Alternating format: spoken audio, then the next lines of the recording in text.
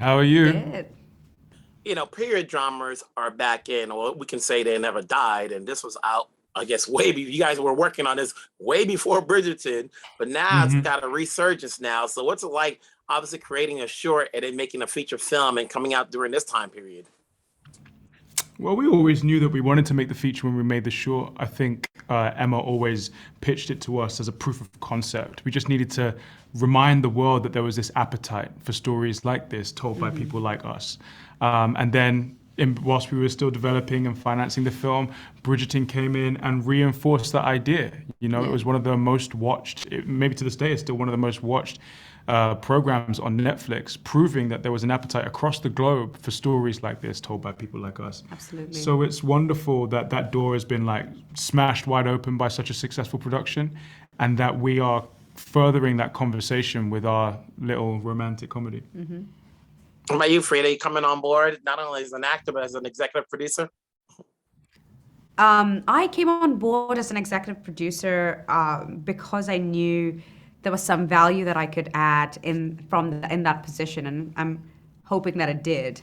One of the things that I always feel very proud of is um, having a group of women, the female producers on this project, Laura Lewis, Laura Rister, trusting me with my suggestions as well. I think that kind of feels like a real sense of validation as well in that role as an exec producer. And I remember clearly when about a year before we made the film, I was like, we should cast Zawe Ashton as Julia. I think she'd be phenomenal. I did this TV show with her, and then time passed and someone else was cast, and then that person dropped off, and I was like, remember Zawe Ashton? And then as soon as Zawe came into that role of Julia Thistlewaite, it transformed the whole movie. It just made the movie in many ways. And so I feel very lucky that I could play that part in this film.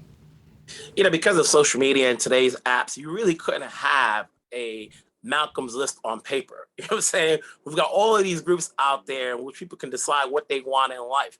But if you had to think about what is something that's common that people would want, without writing it down, do you know what it would be that people are looking for when they're looking for love or marriage? Sense of Shopee? humor.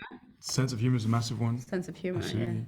And just a trustworthiness. I want to feel that I can be vulnerable with you, or that you make me feel safe. And that ability to trust someone must be an important foundation of any relationship.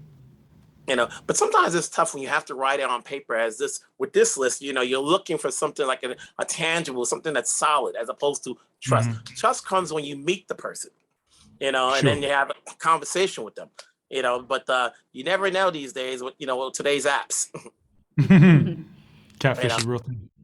so but it's good talking to you guys. Obviously it's a romantic story that people can see on the big screen, and it's one that something can cherish down the road. Take care, folks. Have a great day. Thank you.